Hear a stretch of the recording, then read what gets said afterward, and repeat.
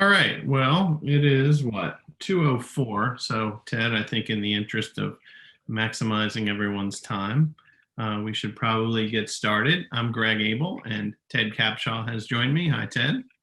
Hello, Greg, and everybody on. Thanks for taking the time to join us. And everyone, we will take questions, and we will leave time for Q&A at the end. The format will be that Ted and I will have a discussion in the beginning. Feel free to use the chat functionality to post a question, and then we'll also have the ability to take your question live toward the end of the presentation. I think everyone should right now be seeing the a presentation on the screen, just our title slide, Leading with Empathy. We only have a couple of slides. Most of this will be a conversation. And so I'm going to get right into it. Leading with Empathy is a theme that Ted is a business and executive coach that Able Communications has worked with for several years. So we'll get deeper into that. By way of just brief introduction, I know a lot of you who are on this call. I'm Greg Abel. I started Able Communications in 2005. I recently became CEO as Gina Richmond became president. So we are evolving as a firm even in these times. And I'm excited to be with you all right now. And we also have been making a commitment recently to creating content and guidance to help folks navigate these really difficult and interesting times. By way of my own background, I have some of my work that I do outside the firm is to be a part of the executive committee of PRSA Counselors Academy, which is a national organization of independent agency owners.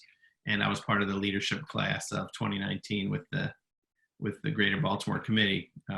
And Ted is an alum of that program too. So probably an appropriate segue to throw it over to you, Ted, for a brief professional intro. Yes, as Greg said, I've been working with Able for at least a good 3 years now. I often say I'm just a life and business coach, although people call me many things, consultant and whatnot. It does say up on this screen, when I did start my business over 10 years ago, my mantra became helping people and companies grow before tragedy. I'm just going to introduce myself in the light of saying during this COVID-19, I've said to my wife at least a dozen times, I'm doubling down on that mantra.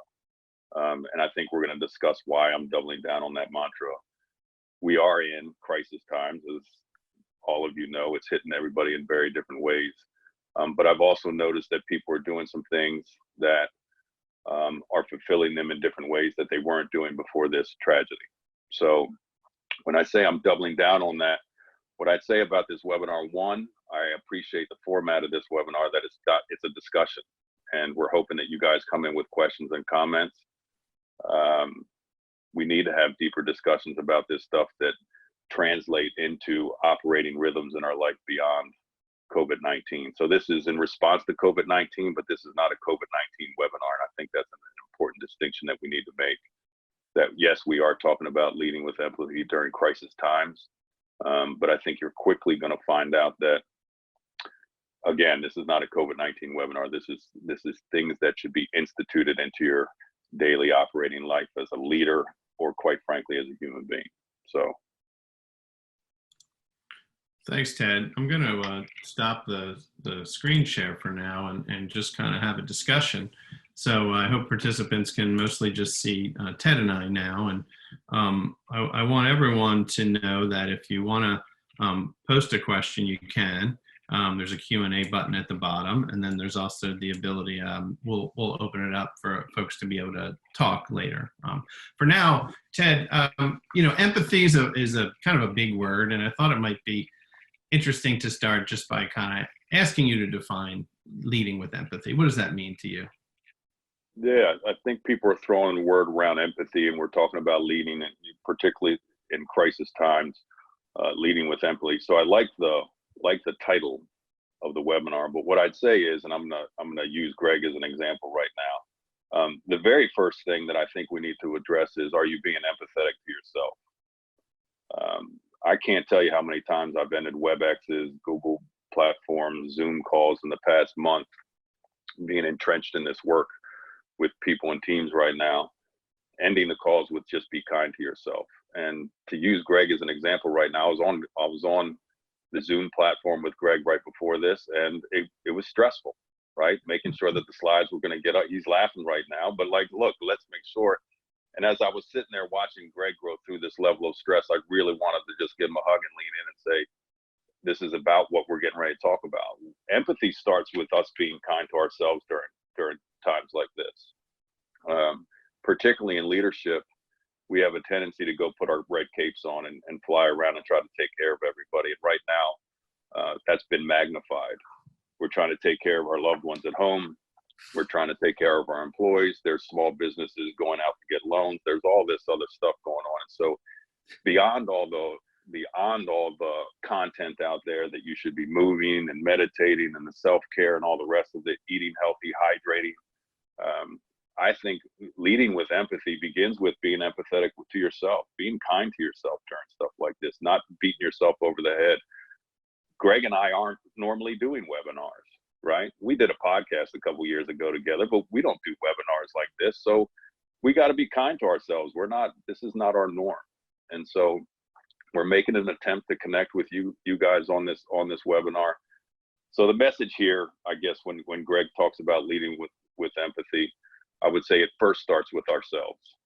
And then to get into, and I don't know what you would say to that, Greg, but I think that's the first point before I go back in deeper into my second point, which will put an explanation point on the fact that this is not a COVID-19 meeting, more of a long, outside of COVID-19 meeting. What do you have to say about that? Because you were experiencing a level of angst before we started this webinar. Yeah, I don't know how you felt before this started, but I was cool as a cucumber. I don't know. Yeah, right. We had a minor technical challenge. Everything's fine though. I mean, I agree with you. And there's like the thought of knowing that you need to do that, and then the reality of, following through and being kind to yourself and those around you. And I think some of the circumstances make that a challenge, but it's a very useful reminder. One of the things that we've talked about is that this pandemic is personal, that it's sort of an interesting balance, because on one hand, everyone in the world is experiencing the same thing. And then on the other, everyone is experiencing it differently. And I wonder if you could just talk about that a little bit, about how it's personal. Yeah, we were only about 3 days into this pandemic. And what I want us to say this to the people on the webinar, that what you're going to hear from me now is just coming from a lens of somebody that is spending his every day on the phone coaching individuals and teams. And so I've learned a ton in the past 4 or 5 weeks, but it's really coming from the lens of everything that's been coming my way during this pandemic. And I recognized early on, and I wrote a long email to a client, and the subject line was COVID-19 is personal. And what I started to realize is that this was just hitting everybody in a very different but very personal way. And right next to that, what I also started to recognize, that people were minimizing their own experience because somebody that they saw on the news or a neighbor or whatever had it worse. And as a coach, I started to back people out of it and say, look, you need to be empathetic to yourself, sort of to my first point. This is personal. We need to create space for ourselves to experience this as raw as it is, in a very personal way. It's not that you don't get to the place of being empathetic for somebody else and trying to understand somebody else's worst situation, but there's a real at-risk point in quickly jumping to, well, I got all this going on and I'm really stressed out because I have 2 kids running around the house, and by the way, I just lost 40% revenue in my business that I'm trying to lead, etc. But you know what? There's people that their businesses aren't even open. I think that's a misstep, right? And that's what I mean by this whole idea of COVID-19 is personal. That is not to say that you don't feel sorry for somebody else, or you don't pay attention to the woes of other people and wrap your arms around them. It starts here though, and you just don't want to minimize your own experience with this, because you're not going to be able to sustain yourself through all of this and be the leader that you need to be if you minimize your own stuff. And so this COVID-19 is personal has been something that has been the forefront of my mind. It's been in my face every day as I'm working with people, and I'm coaching people to experience this. It doesn't mean wallow in the pain as much as be empathetic to yourself and recognize that you too are trying to get through this in your own very personal way. It's hitting everybody. I mean, you're on this webinar, you've heard the stories in your own corners. Everybody's getting hit in very personal ways. So Ted, given that that is the case, what do you recommend for leaders to do in terms of how they connect with their teams?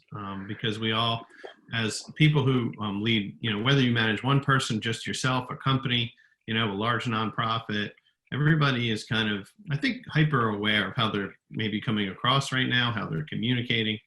We talk a lot in our coaching together about the level of relationship you have with folks and the investment you need to make in that so that you can have authentic conversations. So I thought maybe this would be a good time for you to talk about how leaders can communicate difficult and challenging information and why doing so might be somewhat dependent on their current and past ability to develop relationships. You hit on a couple of things there. One, the relationship piece, but also how do you deliver those hard messages during this time? So let me break them out a little bit. The first piece, I think, is the pivot from, that statement that I made that this is not a COVID-19 meeting. This is something that you should be thinking about in leadership moving forward. And this is the true definition of empathy. Like, if you just want to say it in layman's terms, it's the ability to step into somebody else's shoes. Yes. Yeah. Try to experience and what they're experiencing. And what I often am doing is coaching people to understand the levels of relationship that they have. And what I find is most relationships in business, and I am making a blanket statement here, but again, I openly disclaimer, I said this is coming from my lens of being entrenched in this work for almost 20 years. Most of the companies, most of the teams that I've encountered, the relationships that they have, while they may be cordial and very good relationships, most of the relationships are predicated on data. They're actually surface level relationships. Yet, when I would ask a team of people how well do they know each other, they would say that they know each other very well, right? And the reason why this comes under this idea of leading with empathy, how can you really be empathetic to somebody that you don't know, right? And it's something that you really have to think about. Now, most people say because of proximity, I sit next to Greg. So, hey, I've sat next to him for 6 months or 12 months. We talk every day, so I know him well. Therefore, I know him well. Or I've worked with, Greg's president, Gina. I've worked with Gina for 6 years. Therefore, I know her well. And as I peel back that, often I find that, well, why do you know him well? What I find is that they have, over the years or the months, they've acquired data on the person.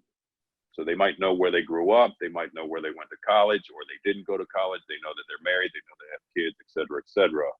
The question is, do you really understand their story? Do you really understand the impact? And so what I coach teams, and I've been coaching Greg and his team for years on this, is this idea of taking a relationship that is predicated on data, and that is that surface level, right, and not proactive in sharing your vulnerabilities, et cetera, to a deeper level of conversation or deeper level of relationship that I would say is more predicated on understanding the impact of that data, right? And so I often use my own experience in I lost my dad 22 years ago. And what I say is, if you knew that about me, you go, well, wow, he shared that intimate level of detail with me. You don't really know me. You know that I lost my dad. You don't understand the impact, both positive and negative, you have on my life. And in leadership, particularly in business, I think oftentimes we stop there. We say, I've worked with them for a long time, therefore I know them. In this COVID-19 environment right now, there's a big miss going on. And the big miss is, and this is my belief system, is that it's because we don't have the deep enough relationships going into something like this. So when you ask somebody how they're feeling, what answer do you usually get? Good, doing fine. Maybe not now, though. I do think people are being a little more raw and open right now. A little bit. I would say a little bit. So from my lens, people have gone from good to, well, I'm hanging in there, right? Like they've taken it up a little bit of a notch. Like, I'm recognizing that things aren't the best, right? But I'm no longer just simply saying fine or good. And so that question in itself is a good example of how most people just accept that answer and they move on, right? That keeps the relationship at level one, right? That understanding somebody's data points or whatever. You understand some intimate detail of their life and trying to bring it. That's what I want you guys as leaders really start to understand, that we have to stop accepting the standard answer or just knowing data points about somebody. We have to understand the impact, right? So, you know, you can respond to what I say to there, but I would say that I want to go deeper into this idea of asking somebody how they're feeling and give the people in the webinar a quick hit of how to get somebody in a bucket. But Yeah, I mean, I think I have two thoughts. One is a follow up to that, just to maybe coach some folks on, like, literally when you're doing, well, first of all, you know, I know it's your coaching that everyone needs to be doing check-ins to their direct reports and colleagues, just especially now. So we can get into that a little. What's the kind of format of an effective check-in? I think sometimes people have a hard time, especially those who aren't used to communicating kind of past like that level one of the relationship. And like, you know, this is a business discussion. What am I supposed to do? Ask them about how they're, you know, how they're feeling. That's not my job. You know, that work is work, and that's their personal life. So maybe let me just stop there and ask you to react to that, because I do think there is a hesitation on a lot of people's parts to kind of open that door when maybe in the past they've felt like business is business and life is life, and the two don't need to overlap. Although, you know, right now is a perfect example of how that's not really possible, because we're all working from home where life is intersecting with business. I'm smiling a little bit. Greg knows me well enough. He asked me a loaded question there, so I could go on a long riff right here. Well, maybe if I could contain the question, it'd be like, help leaders with the anatomy of a good and proper check-in that allows you to get deeper than surface answers. Yeah, well, first of all, without going on a riff, I'll just simply say this. You know, people often will say, well, what, Ted, you want me to go deeper? What's this have to do with business? And then right after that, I'll ask them the question, what's the most important thing in growing your business? The answer 9 times out of 10 is relationships. And so if you would be open to growing deeper relationships, perhaps your business could grow alongside of that. And so I'll just throw that out to the people on here, that if you are questioning, like, well, why am I going to be wallowing in people's feelings and whatnot? How am I going to grow my business or my culture? I would just simply throw that back at you as a comeback. But a check-in for me, there's just 2 important questions in a check-in, and this is not something that you're just going to flip the light and start to get the answers on this. Number one, before you check in, this is the one thing that I want everybody on this call to really get, that everybody on this call, if you're a leadership position or a management position, and even if you're on this webinar and you're not in a leadership position, you have what we call psychological size, right? And psychological size is just, we all have it, but people in leadership have higher psychological size. And how that shows up is the leader walks in the room, people shut up, right? You may ask somebody, do you need anything? And they're going, no, because of course they're not going to tell their boss that they need anything. And so as leaders, we have to work extra hard, going back to that model of, you know, the deeper level of relationship. We have to show vulnerability if we expect vulnerability back. Like I often say, if you want the information you need to lead your people, you are going to have to give them vulnerable pieces of information about yourself if you expect it to be reciprocated. So it's got to start with that. So I first want you to understand that you have psychological size before you go into these 2 questions. And the 2 questions that I would say that you should be checking in with people frequently, particularly now, before you go into work, are how are you feeling? Now that seems like just a generic question. That's a loaded question though, particularly in times like COVID-19. Everybody's asking how you're feeling. The question is, during them, are you going to accept the answers of good, right? I'm doing fine, I'm hanging in there. You know, you might even, right now, you might be getting some sarcastic answers, like I'm living the dream, locked in my house, you know, making jokes about things or whatever. What I try to teach the leaders that I coach and that I've talked to Greg and his leadership team about, Gina, is that you want to get an answer in one of 4 buckets, because there's only 4 primary emotions, psychologically speaking. And the 4 emotions in the 4 quadrants are joy, happiness, pain and sorrow, fear, and anger, right? So you want to get, and now they don't have to say, hey, I'm feeling happy, or I'm feeling scared. They don't have to use those words, but you want to get them in one of those buckets, because the answer of good is really not answering my question. And I often point that out to people. Like when I ask them, how are you feeling? And they tell me good. And I'm like, you can answer my question anytime you're ready. Because Right. good isn't really an answer. And so you want to be thinking about that. Now, the deeper end of the pool with this stuff is that we have been, for lack of better terms, trained, or it's been ingrained in our head that in business, we're not supposed to show fear. We're not supposed to talk about pain. We need to get to work. We need to do these things and never let them see you sweat and all the rest of that. But what I want to make you guys leaders understand is that when you teach people that within your culture, particularly during COVID, an instance like COVID-19, those things, when you take pain and when you take fear off the table, they will manifest themselves as either anger or up in the happy bucket as sarcasm. So if you're having people pop off a little bit more frequently or whatever, usually there's something underlying with it. That's why psychologically speaking, they say anger is a secondary emotion. So this question of how you're feeling, it's actually a very deep question. And as leaders, we need to be able to coach our people into one of those buckets so we fully understand where they are so that we can support them. Now, I need to say this because I think people get caught up and they think, well, he's asking me to play shrink or play therapist and get into these very deep-ended conversations. I'm not. I'm really only asking for you to go into 10 or 15 minutes of really settling into where the person is. Now, sometimes those conversations could go long and you have to sit with the person, and that's okay as well. Right. So, and I think a tricky thing in this is we've been working together for some years, and I think that there's a certain culture in our organization of going there, right? Like just kind of knowing how a person's doing at a level deeper than just I'm fine. And so I think you're providing this coaching right now. You're like, well, then you need to, ask that important follow-up question. I do think that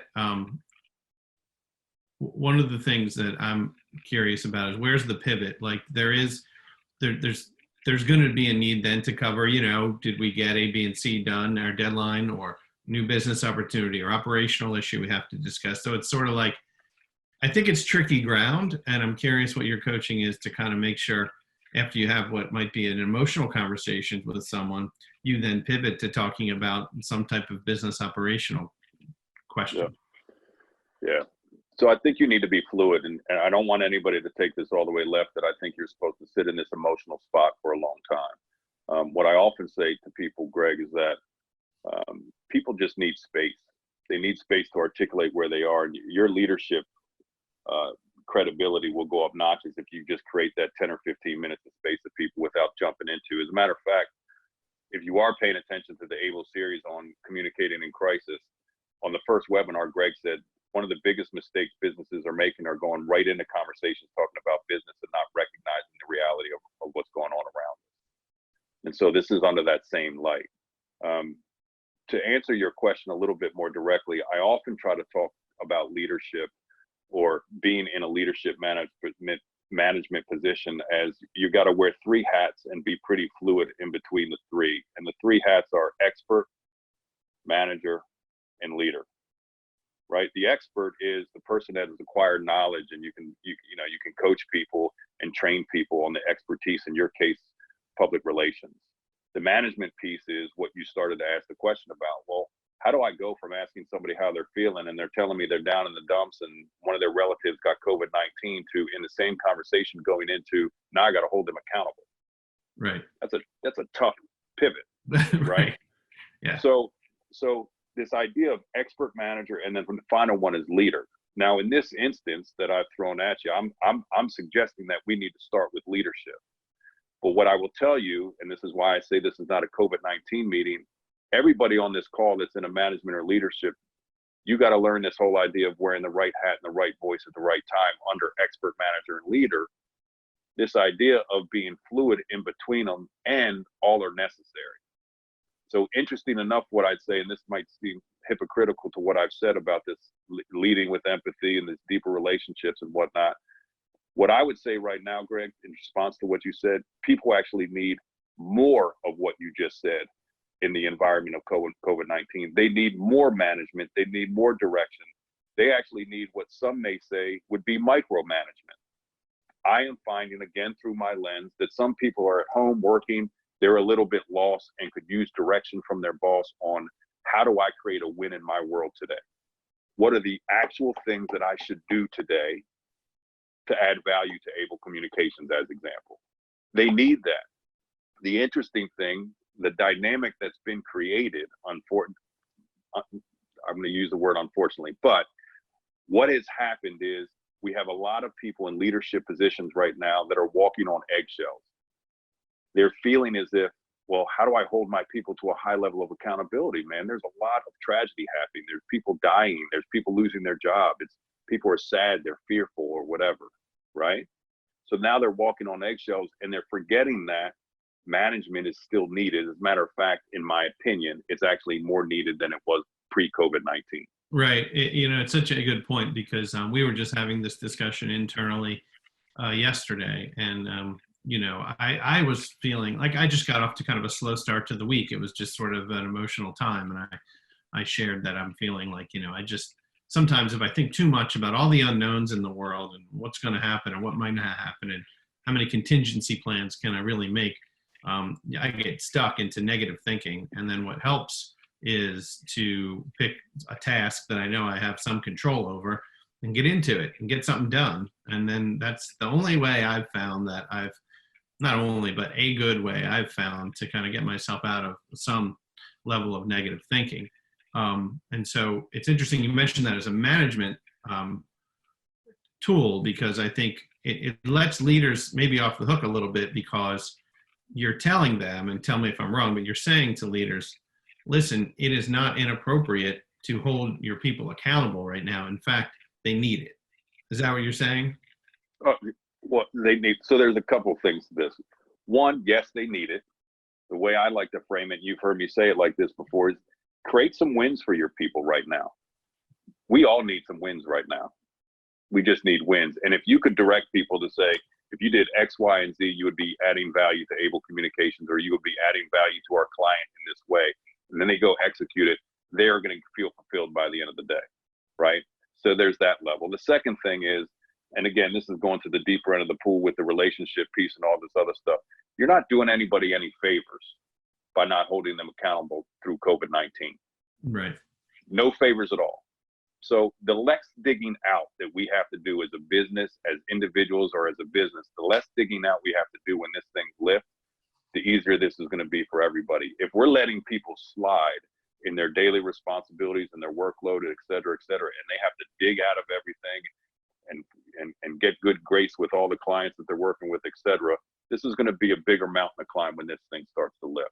So again, the mind shift of, you're not really helping anybody. You think you're helping them by laying off. We talked about this on the podcast. We talked about the gift of truth.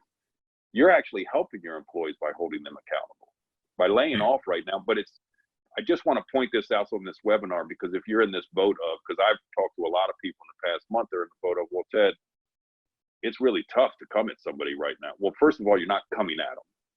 You're doing your job as a manager and a leader by holding them accountable to what they're expected to do. So, no, I think that's great. It's such an important distinction, because if your instinct is to lay off because you're just trying to give people space and time and not kind of bug them, you might be doing the exact wrong thing, the opposite thing. That's of what right. you need to do. I mean, that's right. I think there's a cadence here too. You check in and then you give them time to get some things done and you hold them accountable. I'm glad you said the cadence part. And so trying to wrap this little piece of this webinar in a bow is, the cadence is asking how are they feeling? The other question that we skipped over in there is, what do you need? And so the other thing that I want to just make sure that everybody grabs is, when you ask somebody how they're feeling, you usually get a standard answer. In leadership, because you're psychological size, when you ask somebody what do they need, you typically get the answer of nothing, I'm good. Mm-hmm. Everybody needs something. And so, and this takes time, guys. This is not something that you're just going to flip the switch and go out tomorrow and start asking people and get real feelings and needs articulated to you. You have to develop those relationships, and this has to be embedded into your culture. But the cadence, to Greg's point, is checking in with somebody in that way. And I think when you get good with this, you're going to find that it's pretty fluid, And typically it could go anywhere between 10 and 15 minutes. And then Right. you go into the work part. This might be too granular, but do you think that it needs to be a phone conversation? Can it be a quick text or a chat, or are you talking about make sure you call your main people every couple days, week to have this check in? What is your advice there? Yeah. I think 3 weeks ago, I would have given you a different answer, meaning that people were checking in a lot more frequently, right? If we're talking about COVID-19, I think we can lay off with a little bit now and space them out, right? Unless, somebody's in the drudgery. But I'm always going to lean into the personal phone call right now. As a matter of fact, I think people are learning that they've neglected being able to see people face to face, right? Like I did a Zoom call with my family, and I have 3 siblings that don't live in the state. It took COVID-19 for us to get on a Zoom call together. Mm-hmm. That's ridiculous, right? Like it's not. So we're learning some things here that, so what, to your point, the quick answer is I would suggest doing it by phone. I'd actually suggest if you could see the person's emotion that, and this isn't a webinar on communication, but if we could see them, see the expression, be able to pick up on things that they're trying to express non-verbally, I think that would be helpful as well. Ted, a couple questions are coming in. Let me, I want to make sure I ask you one really important one, and then I want to start taking some of the questions that I'm seeing and call on one of my oldest friends who keeps texting me, telling him that he needs to give him a chance to ask his question. That would be you, Burko. All right, Ted, the question I want to ask is kind of a heavy one, so let me frame it properly. One of the things I think all leaders sort of think about and want to make sure they handle properly is you have to communicate news nobody's going to want to hear. It might be salary cuts, it might be furloughs, it could be layoffs, it could be a plant closing, like really heavy stuff that's going to affect lives. And so what advice do you have for leaders when they got to deliver that real heavy news? In context of how to deliver it? I mean, yeah, I think I want to, let me just answer your question. Yes, how to deliver it and what is the best. And, look, people who join this webinar are interested in empathy. How might you be empathetic when delivering news that is going to be hard to hear? All right. Well, again, first of all, I want to say that the reason why we're saying this is in response to COVID-19 and during COVID-19, but not a COVID-19 meeting.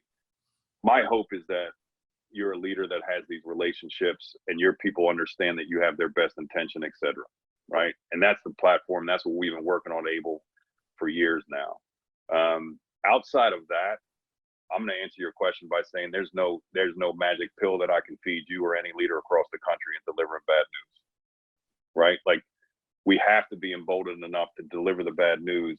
Hopefully that we have set the platform and the culture that people to understand that we have their best intention. But here's what I do want to say, leading up to that.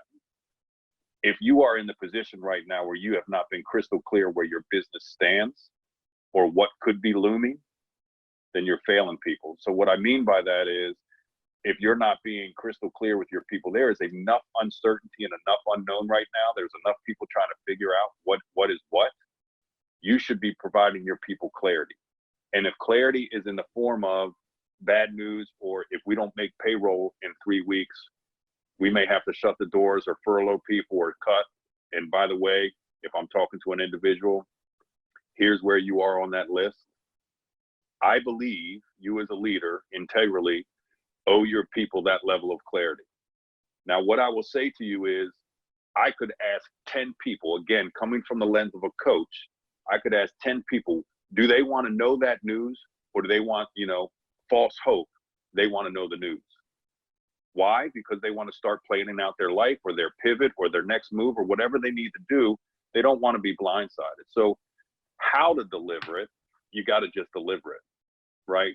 How to deliver it with empathy and all the rest of it. I'm hoping you're not going to deliver it as a jerk, if I'm just being forthright with you. But we have to be able to just be giving people the news. What I don't want, I talked to Greg last week about the Stockdale paradox, which some of you may know. It was made famous in the book Good to Great, but the idea of people that create false hope, like this thing's going to lift, we're going to be fine, or the leader that's overly optimistic about this. And in the background, he knows if we don't make it through these next 2 weeks, somebody's getting cut. To me, that's leadership failure. Mhm. Right now, we need transparency, and we need to give individuals, like, I don't think you need to get your whole team together and say, hey, there's going to be cuts and da-da-da. But if there's somebody on your radar that could be as an individually affected, I think you owe them clarity. Thanks, Ted. I think that's great. Let me, we have some more things I want to cover, but I think maybe it's a good time to take a question. So Rich, if you are there, I can give you the floor for a second here. Go ahead and ask your question. Hey, Greg, can you hear me? Yep, we can hear you. Awesome. Hey, great conversation, and really appreciate you guys doing this. Ted, I've enjoyed the talk so far. Really just conversation, not really a question, or maybe I'll end with one, but you know, in the healthcare world, we always talk about, you know, people really need a health crisis before they wake up and finally do what they need to do, you know, to take care of their body, to empower themselves, to be more proactive, so to speak, whether it's diet, exercise, lifestyle changes, etc. And, you know, I'm a big fan of universal laws, you know, where there's chaos, you know, there's clarity if you're only looking for it, and really answering the whys, you know, like, why is this happening? You know, how am I going to come out better at the end of this, et cetera. And I've tried to coach my team on this, and we're working on that internally for sure. And I've always been a big fan as a manager or a leader to really understand, and this didn't come about until probably after 15, 20 years of practice. You know, you really finally realize that you're not in the business of whatever business you're in anymore. You're in the business of growing people. And that comes with truly communicating with your people, understanding them at a higher level to whatever degree that is, which probably is my question more for Ted, as far as, you know, I guess you create that communication and you become as close as, you know, whatever that professional line is, because you can't get too close, obviously, with your team. There's boundaries there. And and I'm a big fan of this. And to me, I look at this as the analogy in the healthcare world as this is a good wake-up call for all managers, right? And maybe it takes a crisis to figure this out, that we are in the business of growing people, and we need to stay in better communication with our team. We need to be able to ask, you know, one of the best classes I ever took at the University of Maryland was the psychology of interpersonal relationships. You know, asking people, like you just quoted, open-ended questions, and really getting, you know, true, honest response helps to break people's barriers down, helps to create the vulnerability that creates awesome relationships. It makes people feel comfortable around you. It makes them want to work harder for you, and it makes them want to be a part of your team, knowing full well that you care, right? And one of the greatest, I'll just kind of leave I'll leave the floor for this, but one of the greatest little 3 or 4 minute videos I've ever seen, and I share with my team every so often, is, you know, Every Life Has a Story, and it's via the Chick-fil-A, and it's an amazing video that encapsulates the customers coming up to the front counter, and you see little clips of what there is going on in their world, most of them very traumatic. And if we only realize that every life really has a story and be open to that every day, you know, then we would all be better off, I feel, you know, not just in business, but in all of our interpersonal relationships. Thanks, so Rich. I add those 2 cents in there, you know, and however you want to elaborate from there. I feel like it's great conversation. I love this stuff. Hey, Ted, before you react to Rich, like a small amount of context, we've been close friends since 7th grade, and Rich has been an entrepreneurial coach and advisor to me, kind of on the, you know, friend side for many, many years. So Rich, thanks for sharing your thoughts. And he runs a very successful chiropractic practice out of Charlotte, North Carolina. So Ted, any feedback from Rich? We have other questions I want to make sure we get time to, but maybe can you just reflect back on that? Well, I'd hug Rich if he was in front of me. He got me all fired up right now. I just want to put a stamp on it because I just feel compelled to do so. This is what I meant. Rich really articulated, being in the healthcare industry, it takes the health crisis to promote change, and why I said I'm doubling down on my mantra, helping people and companies grow before tragedy. truth of the matter is I was 24 years old and lost my dad and got my life handed to me. My back was against the wall. And now all these years later, I say losing my dad was the best thing that ever happened to me. I just live differently. I pay attention to different stuff. I'm a better husband. I'm a better father because I lost my dad 22 years ago. And so, I mean, that is why we're on this phone call today talking about the stuff that we're talking about, because I have such levels of conviction that this is the stuff that we should be talking about in business, in leadership. Mm-hmm. And we shouldn't be waiting for this stuff to be talking about it. And a lot of people, it bugs me. I'm not going to go on a crazy riff here, but it bugs me when people start talking about this is soft skills and we push that to the side and we need to get to the work. No, this is the work in conjunction with the thing that people miss is the and. Yes, we need to talk about executing, et cetera, and we need to do this and we need to do it together simultaneously. And people get hung up in this stuff and diminishing this stuff until we get in times like this. And now all of a sudden people want, I mean, I am slammed. I am on WebExes all dang day from people that didn't necessarily want to talk about this stuff before. Right. So, Ted, let me interject an interesting question that was posed in the Q&A. And if you want to ask a question also, on the bottom of your screen, you should see a Q&A button, and you can just pop a question in there. We'll try to get to them. So this relates back to your earlier point about checking in and making sure you understand where people are at. But then there's this challenge, right? Because you've got employees right now who might have young kids at home, who might have elderly parents that they're worried about. And so you were advising earlier that you're doing the right thing by holding your employees accountable. But should we also assume that we need to hold them accountable at maybe a different level than pre-pandemic? Like, can you hold them to the same expectations you had before this started? Or accountability good, yes, but does there need to be a recalibration of what's expected? Yeah, I think it depends. I'm not really, I hold people to a high level of accountability. If there's business needs that need to happen, then they need to happen. If somebody's not able to meet those needs because they have small children at home or whatever, then we need to rally as a team, but they need to articulate that they need help. So it goes back to that question, what do you need? I'm not letting people off the hook right now, though, quite frankly. I want to understand what they need. I want to understand their circumstances. I want to understand that hey, by the way, they have small kids at home in between, 12 and 2. They can't work because they got to do X, Y, and Z because their husband's on a WebEx or whatever it means. I want to understand that they have an elderly with COVID-19 and what that means to them and how the team needs to rally. I want to know all that. But again, I don't think we're doing anybody any favors by letting them off the hook. I do not think now is the time to lower our standards, if that answers the question directly. I do not think now is the time to lower our standards, no. I think it's time to pivot, but we have to continue to meet our standards. Gotcha.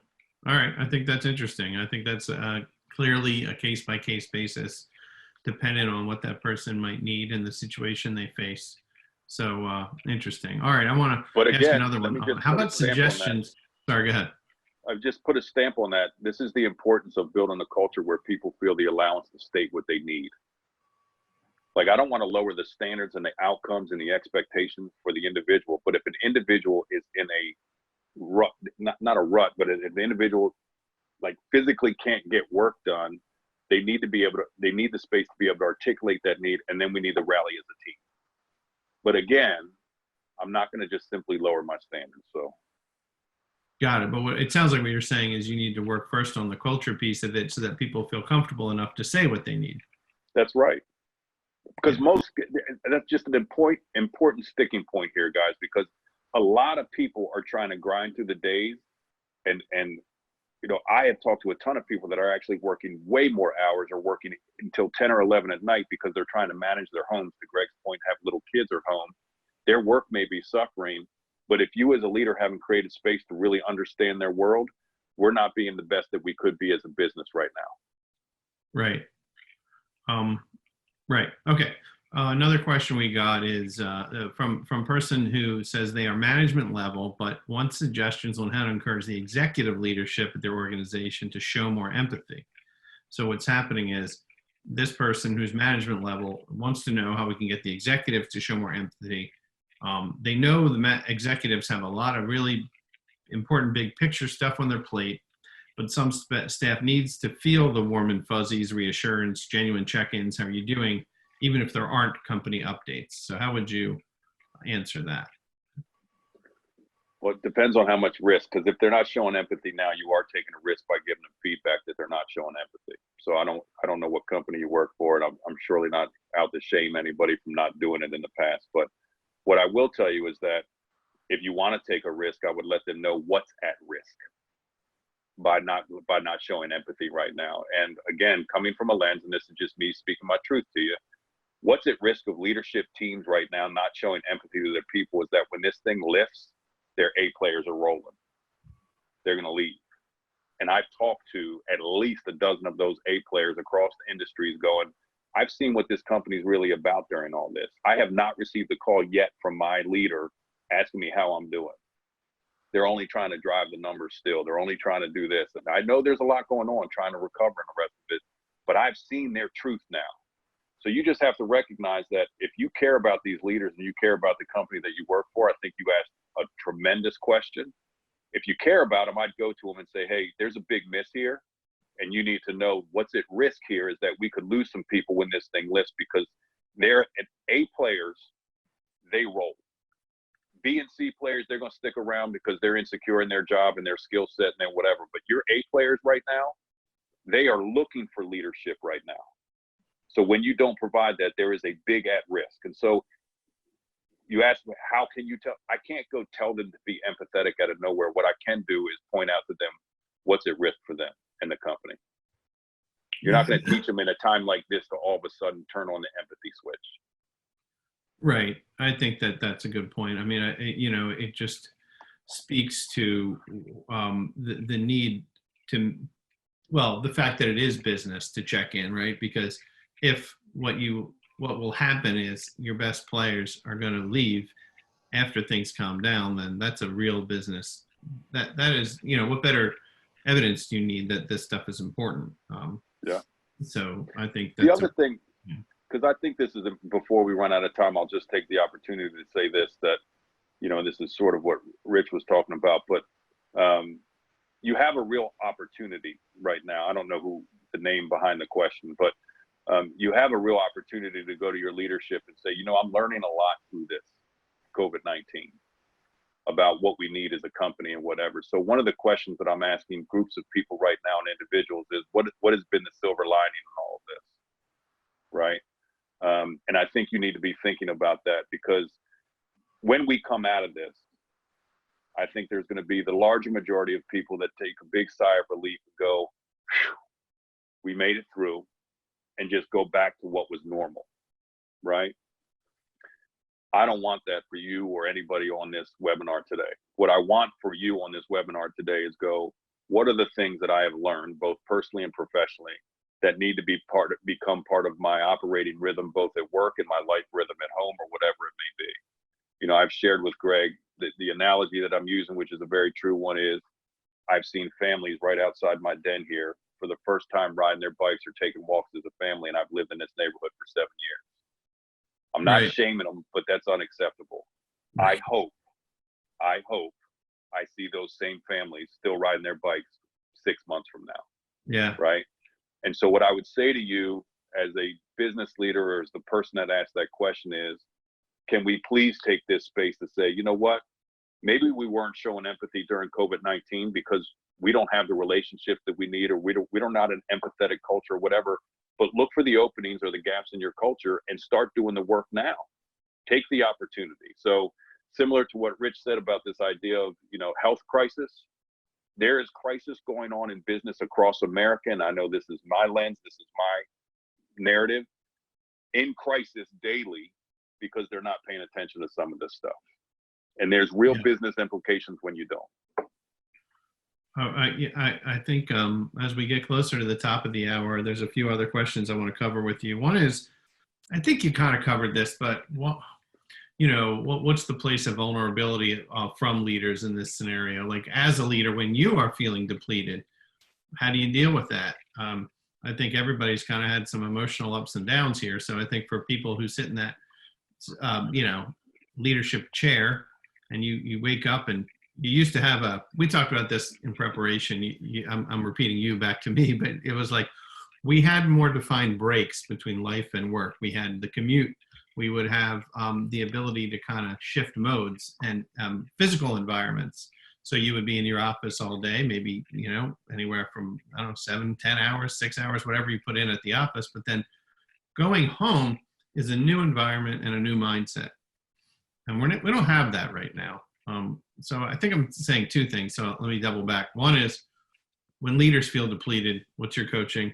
And then what is the way in which we can deal with this situation that there isn't physical separation between life and work? Okay. Two things. One, you've heard you should be vulnerable as a leader. You've read it in all the books. You've read it in all the Harvard review. You've read this stuff. Now's the time to practice it. It is 100% okay to tell your people that you're having an off day. Tell them specifically why. Tell them you're feeling spent. And what I will say is that will be reciprocated. So you want to go from that first level of relationship to the next, you have a wide open door. And I believe leaders, this is a silver lining right now. I believe COVID-19 has expedited the process for many teams in building trust because people are being vulnerable with themselves. So that's the first one. This is not the time to fly around with your red cape on as a leader, as if you're invincible. That's not showing your people anything, nor the signaling that you're giving to your people is, it's not okay for me to now tell Greg that I'm having a bad day. Therefore, Greg can't support me because he doesn't know where I am. That's the first thing. The next thing, what Greg's referring to is I'm coaching a lot of people on trying to recreate transition time in their life, right? So, you know, I was talking to Greg, and a lot of people, they go to the office and then they have a 20-minute ride home or a 45-minute ride home, or unfortunately, some people have longer like me, but that's a transition time. You throw on a podcast, you might listen to some tunes, whatever you may doing. Right now, people are not having a lot of transition time in their life, right? They're going from their den, they're stepping outside. In my case, I step outside of my den. I have 2 boys waiting for me with a football, go out, throw the ball with them, come in, start getting dinner ready, do the showers. There is absolutely no transition time. And so what I would say to you is, even if the transition time is more compact, make sure you have transition time from one thing to the next, because I think it'll pay dividends in just one day, but for sure in a week, in a month, etc. But if you just got off of WebEx, sit for a minute, 5 minutes, just recollect yourself before you just walk out the door and go to your next thing that regards your family or whatever you need to. So it's an important note. Thanks. I want to, before we run out of time, I want to provide a important reminder, and then there are a couple other questions. So we'll take it right up to the hour. One reminder that I'm very excited about is we just booked and will announce a new webinar for around this time next week, 11 a.m. next Thursday.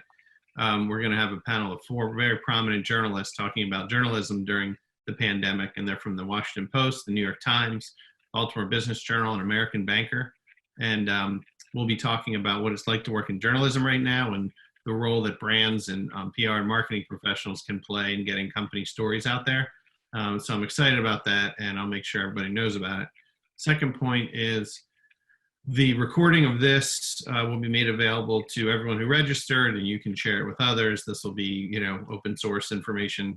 So we'll get that back out to anyone who registered in the next couple of days. And before I wrap, I did just get a new question. You know, I want to, I'll just read the question. Isn't it a big change that we are less busy? There aren't events, soccer games, piano practice. We are home and with family. We see our neighbors as we are all around.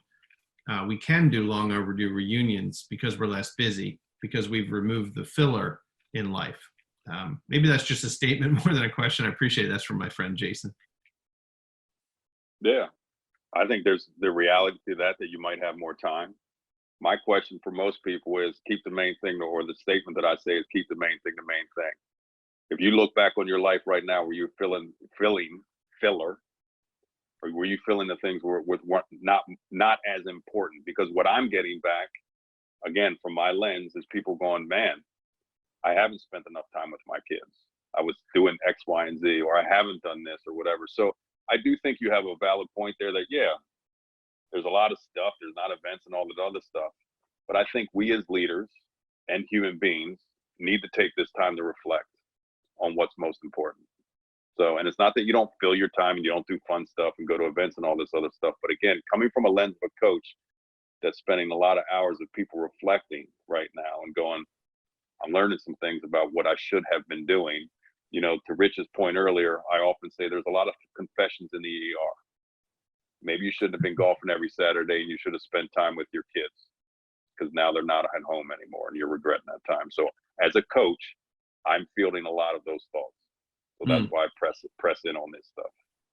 All right. Well, we're just about at 3. It's probably as good a point to end on as any. So with that, Ted, maybe I should ask you, is there anything we didn't get to that you want to remind folks? Maybe a common thing you like. Here's the last question for you. You coach a lot of executives. What keeps coming up? What theme would you say maybe like the one thing that you keep talking about with people? What's most important? I think business leaders across the board right now, when I'm getting in deeper dives and individual conversations with people are going, what am I really trying to do here? Right? I've been chasing a number. I don't know why. I can't really define my culture right now. And so I do think that one of the comments, again, it's a place of reflection. It's a time of reflection. The question is that I leave you all with will be is, do you do anything with that reflection, or are you just reflecting because you're in a time? Like, it's like somebody loses somebody, they might hug people a little tighter, might do it, whatever they do, lean into life a little bit differently. And then they go back into the norm. So if people are reflecting right now, is that going to translate into change in their life, meaningful change in their life? Or is it just that you're in reflection because of COVID-19? I think that's as a question everybody on this call needs to pay attention to. All right, Ted, thank you very much. We can wrap it there. I always appreciate your insights. I want to thank everyone for joining us. As I said, we'll send out the video so you can have that, and we'll invite you to our next session next Thursday at 11 a.m. with journalists in the environment covering COVID-19. Thanks, everyone. Cool. Take care of yourself, everyone.